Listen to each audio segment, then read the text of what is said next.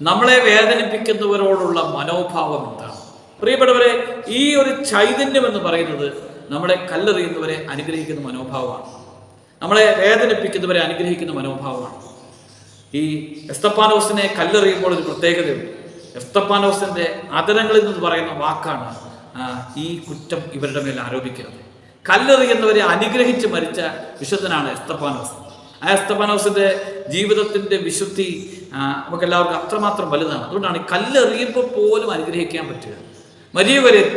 മരിയവരെത്തി മരണത്തോടടുക്കുമ്പോഴാണ്, സ്വാഭാവികമായിട്ട് മരണത്തോടടുക്കുന്ന വ്യക്തിക്ക് ഈ മുറിപ്പെടുത്തിയ വ്യക്തിയെ ശപിക്കേണ്ടതാണ്. എന്നാൽ വളരെ വ്യത്യസ്തമായിട്ട് ഏറ്റവും വലിയ എളിമയുടെ അടയാളമാണ് മരിയവരെത്തി അലക്സാണ്ടറിനോട് അങ്ങ് ക്ഷമിക്കുകയാണ്. ആ മരണത്തിന് തൊട്ടു മുമ്പ്, അല്ലെങ്കിൽ റാണി മരിയ തന്നെ പല പ്രാവശ്യം 54ഓളം പ്രാവശ്യം കുത്തിയ ഈ സമന്തർ സിംഗിന് വേണ്ടി വിശുദ്ധയുടെ സഹോദരിയായിട്ടുള്ള സിസ്റ്റർ പ്രത്യേകമായിട്ട് എല്ലാവരോടും ക്ഷമിക്കുകയാണ്. പ്രിയപ്പെട്ടവരെ, നമുക്ക് ജീവിതത്തിൽ നമ്മളെ വേദനിപ്പിച്ചവരെ അനുഗ്രഹിക്കാനായിട്ട് പറ്റുമോ? നമ്മളെ മുറിപ്പെടുത്തിയവരെ അനുഗ്രഹിക്കാൻ കഴിയുമോ? അങ്ങനെയെങ്കിൽ അവർക്ക് കിട്ടുന്നൊരു അഭിഷേകമാണ്. വിശുദ്ധ ഫ്രാൻസിസ് അസീസി പറയുന്നുണ്ട്, എന്നെ തല്ലുന്നവന് സ്വർഗം കിട്ടും, അല്ലെങ്കിൽ ഒരു അനുഗ്രഹം കിട്ടും, പ്രത്യേക കൃപ കിട്ടും. അങ്ങനെ പറഞ്ഞ് ശിഷ്യന്മാരെ കൊണ്ട് എന്നെ ഉപദ്രവിക്കാനായിട്ട് നിർബന്ധിക്കുകയാണ്. അത്രമാത്രം കൃപയുള്ളവർക്ക് മാത്രമേ ഈ വേദനിപ്പിക്കുന്നവരെ അനുഗ്രഹിക്കാനായിട്ട് കഴിയൂ. പ്രിയപ്പെട്ടവരെ, ദുഷ്ടനെ എതിർക്കരുത്, അവനെ എതിർക്കരുതെന്ന് വചനം പറയുന്നതിന് കാരണം ഈ ദൈവിക പദ്ധതി ഇതിന്റെ പിന്നിലുണ്ട്.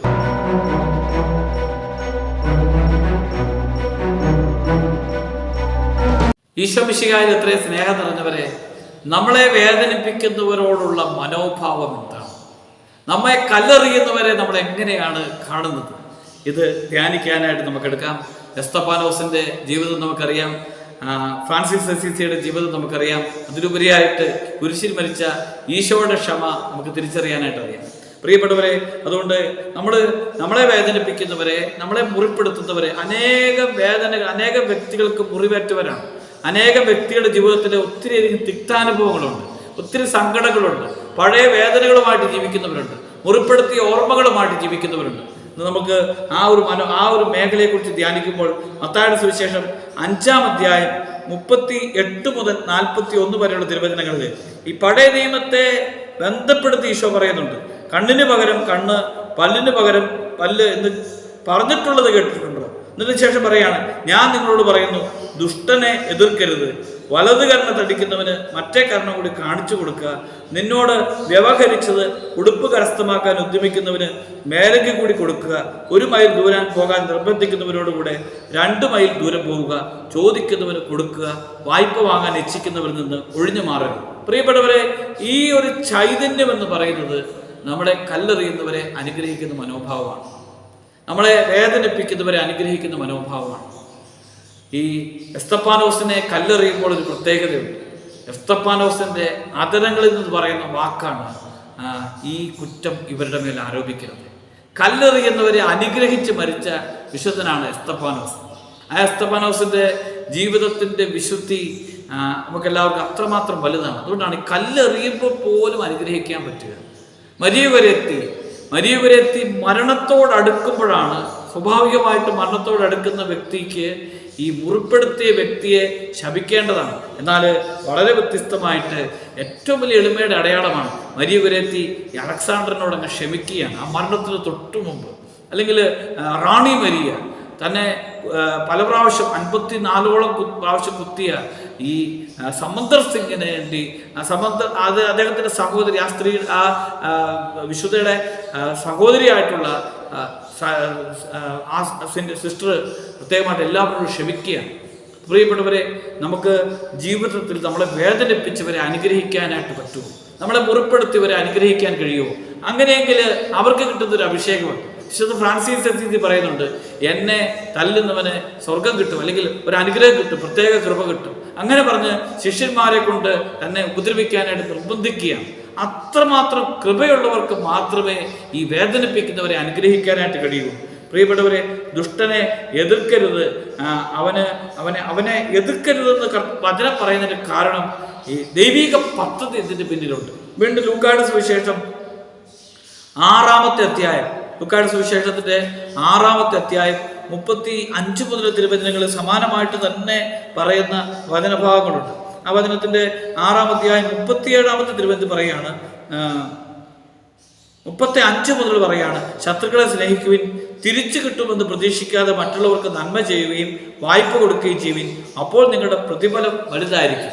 പ്രിയപ്പെട്ടവരെ, ഈ ഒരു മനോഭാവം, നമ്മെ കല്ലെറിയുന്നവരെ അനുഗ്രഹിക്കുമ്പോഴുള്ള മനോഭാവം എന്താണ്?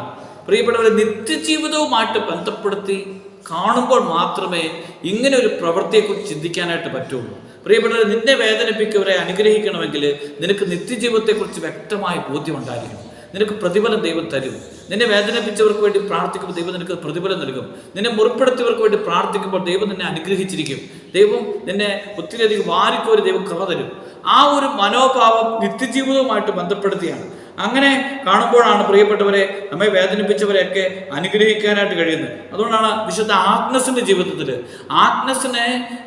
ആഗ്നസിനോട് വിവാഹ അഭ്യർത്ഥന നടത്തിയ ആ പ്രഭുകുമാരൻ തന്നെ ഇവളുടെ വിശുദ്ധി നഷ്ടപ്പെടുത്താൻ വേണ്ടി അടുക്കുന്നുണ്ട്. അങ്ങനെ ഇവളുടെ വിശുദ്ധി നഷ്ടപ്പെടുത്താൻ വേണ്ടി പരിശ്രമിച്ച്, പക്ഷെ പെട്ടെന്ന് തന്നെ അവനെ ശിക്ഷിക്കുകയാണ്. അവൻ പെട്ടെന്ന് തന്നെ മരിച്ചു വീഴുവാണ്. അപ്പോൾ ആ മനുഷ്യന്റെ, ആ പ്രഭുകുമാരന്റെ പിതാവ് ഈ ആഗ്നസിന്റെ മുമ്പിൽ മുട്ടുകുത്തി പറയും, എൻ്റെ മകന് വേണ്ടി നീ പ്രാർത്ഥിക്കണം. അങ്ങനെ ആഗ്നസ് പ്രാർത്ഥിക്കുമ്പോൾ തന്നെ ആ പ്രഭുകുമാരന് ജീവൻ കിട്ടുകയാണ്. അപ്പോൾ ആഗ്നസിന്റെ ഉള്ളിൽ എന്താണ്? ആഗ്നസിന് ശത്രുക്കളല്ല. ആഗ്നസിനെ വേദനിപ്പിക്കുന്ന ഒരു ശത്രുക്കളല്ല. ആഗ്നസിനെ വേദനിപ്പിക്കുമ്പോഴും ആഗ്നസിനറിയാം, ഞാൻ ഈശോയെ സ്നേഹിക്കുകയാണ്, ഇതുവഴിയായിട്ട് എനിക്ക് ഈശോയെ മഹത്വപ്പെടുത്തണം, ഈശോയ്ക്ക് വേണ്ടി ജീവിക്കണം. അതുകൊണ്ട് എന്താണ്, ആഗ്നസിന് അവരെ ശത്രുവായിട്ട് കാണാൻ കഴിയുകയല്ല. പ്രിയപ്പെട്ടവരെ, യേശുവുമായിട്ട് വ്യക്തിബന്ധം ആഴപ്പെടുമ്പോഴാണ് നിങ്ങളെ വേദനിപ്പിക്കുന്ന ഒരു ശത്രുവല്ല, നിങ്ങളെ മുറിപ്പെടുത്തുന്ന ഒരു ശത്രുവല്ല. അവരെ ഒരുപക്ഷെ ദൈവത്തിന്റെ പദ്ധതിയാണ്. അവരിലൂടെയായിരിക്കും നിനക്ക് കൃപ കിട്ടാൻ പോകുന്നത്. അവരിലൂടെയായിരിക്കും ദൈവം നിന്നെ സമൃദ്ധമായിട്ട് ചൊരിയുന്നത്, അനുഗ്രഹം ചൊരിയുന്നത്. ജോസഫിന് ഈ സഹോദരന്മാര് ഒറ്റിക്കൊടുക്കുകയും അല്ലെങ്കിൽ ജോസഫിനെ വിൽക്കുകയും ഒട്ടക്കിണറ്റിൽ എറിയുകയും ഒക്കെ ചെയ്യുകയും, അപ്പൊ അതിന്റെ പിന്നിലൊരു ദൈവിക പദ്ധതിയുണ്ട്. അതുകൊണ്ടാണ് ജോസഫ് അവരെ വിധിക്കാതിരിക്കുന്നത്, അവരെ ശിക്ഷിക്കാതിരിക്കുന്നത്. അപ്പോൾ ഈ ദൈവിക പദ്ധതിയുണ്ട്. ഒരുപക്ഷെ നിന്റെ ജീവിത പങ്കാളി നിങ്ങളെ ഉപദ്രവിക്കുന്ന വ്യക്തിയായിരിക്കാം, നിങ്ങളുടെ മക്കൾ നിങ്ങളെ മുറിപ്പെടുത്തുന്നുണ്ടായിരിക്കാം, നിന്റെ ഏറ്റവും പ്രിയപ്പെട്ടവർ നിന്നെ വേദനിപ്പിക്കുന്നവരുണ്ടായിരിക്കാം. നീ പ്രതികാരം ചെയ്യാനുള്ള മനോഭാവത്തോടുകൂടി ജീവിക്കുമ്പോൾ ദൈവത്തിന്റെ പദ്ധതിയെ അവഗണിക്കുകയാണ്. നീ അവരെ അനുഗ്രഹിക്കാൻ തുടങ്ങുമ്പോൾ ഒരു കാര്യം ഉറപ്പാണ്, ദൈവത്തിന്റെ കൂടെയുണ്ട്. ഏറ്റവും വലിയ വേദന എന്ന് പറയുന്നത് ഈ മുറിപ്പെടുന്ന സമയത്ത് ദൈവത്തിന്റെ സാന്നിധ്യം തിരിച്ചറിയാൻ പറ്റാതിരിക്കുക എന്നുള്ളതാണ്. അപ്പോൾ ഒരുപക്ഷെ ചില വേദനകൾ അതുകൊണ്ടാണ്, നിന്റെ ജീവിത പങ്കാളി ഇങ്ങനെ ചെയ്തില്ലേ, നിന്റെ സഹോദരൻ ഇങ്ങനെ ചെയ്തില്ലേ, നിന്റെ മക്കൾ ഇങ്ങനെ ചെയ്തില്ലേ, അതുകൊണ്ട് നിനക്ക് അത്രമാത്രം നീ മുറിയപ്പെട്ടില്ലേ, ഒറ്റപ്പെട്ടില്ലേ. ഈ വേദനകളുമായിട്ട് മുന്നോട്ട് പോകുക എന്ന് പറഞ്ഞാൽ വളരെ എളുപ്പമുള്ള കാര്യമൊന്നുമല്ല. അങ്ങനെയുള്ള വേദനകളുമായിട്ട് മുന്നോട്ട് ജീവിക്കുക എന്നുള്ളത് വളരെ ദുഷ്കരമായ അവസ്ഥയാണ്. എങ്കിൽ പോലും ആ സാഹചര്യത്തിൽ ദൈവ സാന്നിധ്യം നീ വീണ്ടെടുക്കണം. ഇതിന്റെ പിന്നിൽ എന്തോ ദൈവിക പദ്ധതിയുണ്ട്. ഞാൻ ഇവർക്കെതിരെ പ്രതികരിക്കാതെ ദൈവത്തിന്റെ മുമ്പ് താഴ്മയോടെ ജീവിക്കുമ്പോൾ ദൈവം തന്നെ അനുഗ്രഹിച്ചിരിക്കും. ആ മനോഭാവം ഉള്ളിൽ വരുമ്പോഴാണ് ഈ ദൈവത്തിന്റെ പദ്ധതിയോട് ചേർന്ന് നിൽക്കുമ്പോൾ നീ അനുഗ്രഹം പ്രാപിക്കുന്നു. അതുകൊണ്ട് പ്രിയപ്പെട്ടവരെ, നിങ്ങളുടെ കണ്ണുനീരിൻ്റെയും തകർച്ചയ്ക്ക് കാരണമായവരെ നീ ശപിക്കരുത്. ഒരുപക്ഷെ ഓർത്ത് നോക്കുമ്പോൾ ഈ വചന ശുശ്രൂഷയെ സംബന്ധിക്കുമ്പോൾ നിന്റെ മനസ്സിലേക്ക് വരും, നിന്റെ എല്ലാ തകർച്ചയ്ക്കും കാരണക്കാരൻ അല്ലെങ്കിൽ കാരണക്കാരി, അല്ലെങ്കിൽ നിന്റെ കണ്ണുനീരിന് കാരണക്കാരി ഇന്ന വ്യക്തിയായിരിക്കും. നിന്റെ മാതാപിതാക്കളായിരിക്കാം, നിന്റെ സഹോദരങ്ങളായിരിക്കാം, നിന്നെ ശാരീരികമായിട്ട് ഉപദ്രവിച്ചവരായിരിക്കാം, നിന്നെ ദുരുപയോഗിച്ചവരായിരിക്കാം, നിന്നെ നശിപ്പിച്ചവരായിരിക്കാം, നിന്റെ എല്ലാ സ്വപ്നങ്ങളും തകർത്തവരായിരിക്കാം. അങ്ങനെയുള്ള ചില വ്യക്തികൾ നമ്മുടെ മനസ്സിലേക്ക് വരും. അത് കൊണ്ടുവരുന്നത് പോലെ നീ അവരെ അനുഗ്രഹിക്കാൻ വേണ്ടിയാണ്. അവരെ അനുഗ്രഹിച്ച് കഴിയുമ്പോൾ പ്രിയപ്പെട്ടവരെ, ദൈവം നിന്നെ കൂടുതലായിട്ട് ചേർത്ത് വെക്കാൻ തുടങ്ങും.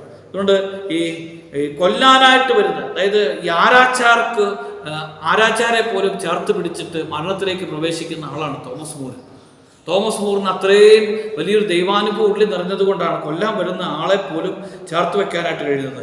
പ്രിയപ്പെട്ടവരെ, തെറ്റ് ചെയ്യാതെ കല്ലെറിയപ്പെടുമ്പോൾ ഏറ്റവും വലിയ ആത്മധൈര്യം എന്നുള്ളത് ദൈവം കൂടെ ഉണ്ടെന്നുള്ളതാണ്. നമ്മുടെ ജീവിതത്തിൽ ഒരുപക്ഷെ ഒരു തെറ്റും ചെയ്യാതെ നമ്മൾ വിചാരണ ചെയ്യപ്പെടുമ്പോൾ, ഒറ്റപ്പെടുത്തുമ്പോൾ, കുറ്റപ്പെടുത്തുമ്പോൾ നമുക്കുണ്ടായിരിക്കേണ്ട ഏറ്റവും വലിയ ആത്മധൈര്യം, ദൈവം നിന്റെ കൂടെയുണ്ട്, ദൈവം നിന്റെ കണ്ണുനീര് കാണുന്നുണ്ട്.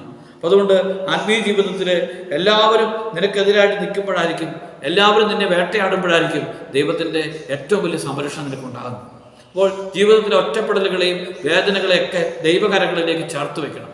ജീവിതത്തിൻ്റെ സങ്കടങ്ങളെ ദൈവകരങ്ങളിലേക്ക് ചേർത്ത് വെക്കണം. ഒരു നിമിഷം നമുക്ക് പ്രാർത്ഥിക്കാം. നമ്മളെ മുറിപ്പെടുത്തിയവരെയൊക്കെ ഈശോയുടെ തിരുമുറിവിലേക്ക് ചേർത്ത് വെക്കാം. നമുക്കുണ്ടായ സങ്കടങ്ങളെയൊക്കെ ഈശോയ്ക്ക് കൊടുത്ത് പ്രാർത്ഥിക്കാം. കർത്താവേ, ഈ ഒരു വചന ശുശ്രൂഷയിലൂടെ തന്നെ എൻ്റെ മേൽ അവിടുത്തെ കൃപ ചൊരിയണമേ. എൻ്റെ വേദനകളെ, എൻ്റെ സങ്കടങ്ങളെ, മറ്റുള്ളവരിൽ നിന്നുണ്ടായിരിക്കുന്ന ദുരനുഭവങ്ങളെയൊക്കെ ഞാൻ അങ്ങേക്ക് കാഴ്ചവെക്കുന്നു. അതിലൊക്കെ ദൈവത്തിൻ്റെ പദ്ധതികൾ കാണുവാനുള്ള ഒരു അഭിഷേകം നൽകണമേ എന്ന് പ്രാർത്ഥിച്ച് ഒരു നിമിഷം നമുക്ക് കർത്താവിനെ സ്തുതിച്ച് ആരാധിച്ച് മഹത്വപ്പെടുത്താം. Hallelujah, hallelujah, hallelujah. യേശുവേ നന്ദി, യേശുവേ സ്തുതി, യേശുവേ ആരാധന, യേശുവേ മഹത്വം. Hallelujah, hallelujah. നമ്മുടെ കർത്താവ് ഈശോമിശിഹായുടെ കൃപയും പിതാവായ ദൈവത്തിൻ്റെ സ്നേഹവും പരിശുദ്ധാത്മാവിന്റെ സഹവാസവും നിങ്ങളോടുകൂടി ഉണ്ടായിരിക്കട്ടെ, ഇപ്പോഴും എപ്പോഴും എന്നേക്കും. ആമേൻ.